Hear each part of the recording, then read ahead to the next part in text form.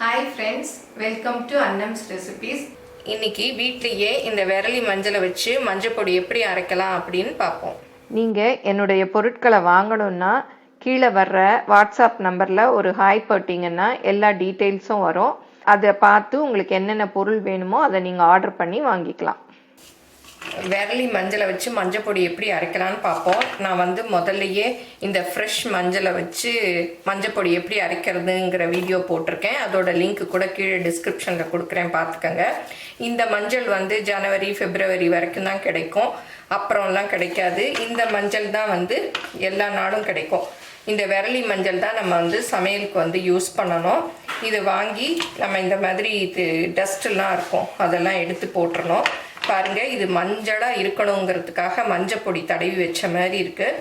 இதில் பாருங்கள், இவ்வளோ டஸ்ட் இருந்தது. இது எல்லாத்தையும் எடுத்துட்டு இதை அப்படியே தண்ணியில் அலசிடணும். பாருங்கள், மஞ்சள் கலராக வருது. அவங்க மேலே மஞ்சளாக இருக்கணுங்கிறதுக்காக தடவி வச்சுருப்பாங்க. இதெல்லாம் அப்படியே எடுத்து ஒரு 2 தடவை கழுவிடணும். இந்த மாதிரி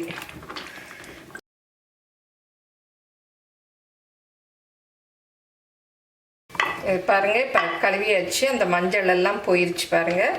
இதை இந்த மாதிரி சொலகில் ஒரு துணி போட்டுட்டு அதில் போட்டு காய வச்சிடணும். இதை மாடியில் வெயிலில் கொண்டே காய வைக்கணும். வெயில் இல்லாதவங்க வீட்லேயே டேபிளில் ஃபேனுக்கு அடியில் வச்சிங்கன்னா ஒரு 2 நாளில் நல்லா காஞ்சிரும்.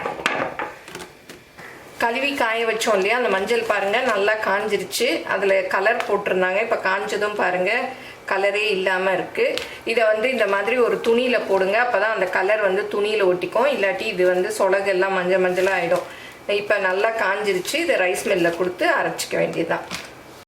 மஞ்சள் பொடியை ரைஸ் மில்லில் கொடுத்து அரைச்சிட்டு வந்தாச்சு. பாருங்கள், 1 கிலோ இந்த அளவு மஞ்சள் பொடி வந்திருக்கு. இப்போ இந்த மஞ்சள் பொடியை சலிச்சிட்டு வச்சுக்கலாம்.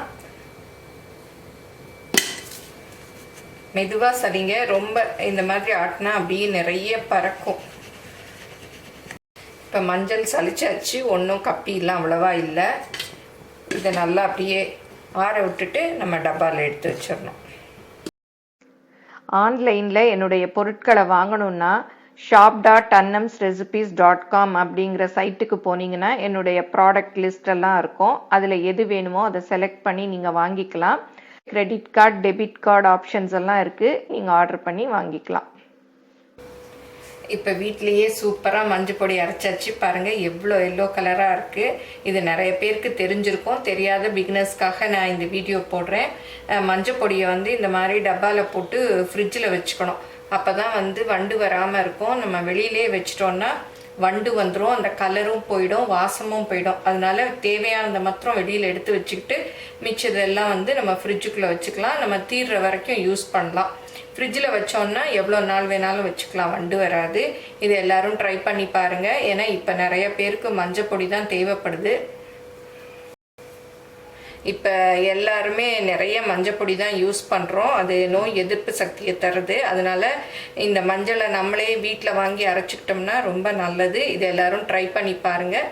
எப்படி வந்ததுன்னு உங்கள் கமெண்ட்ஸை சொல்லுங்கள். பிடிச்சிருந்தால் லைக் பண்ணுங்கள். எங்கள் சேனலை மறக்காமல் சப்ஸ்கிரைப் பண்ணுங்கள். தேங்க்யூ.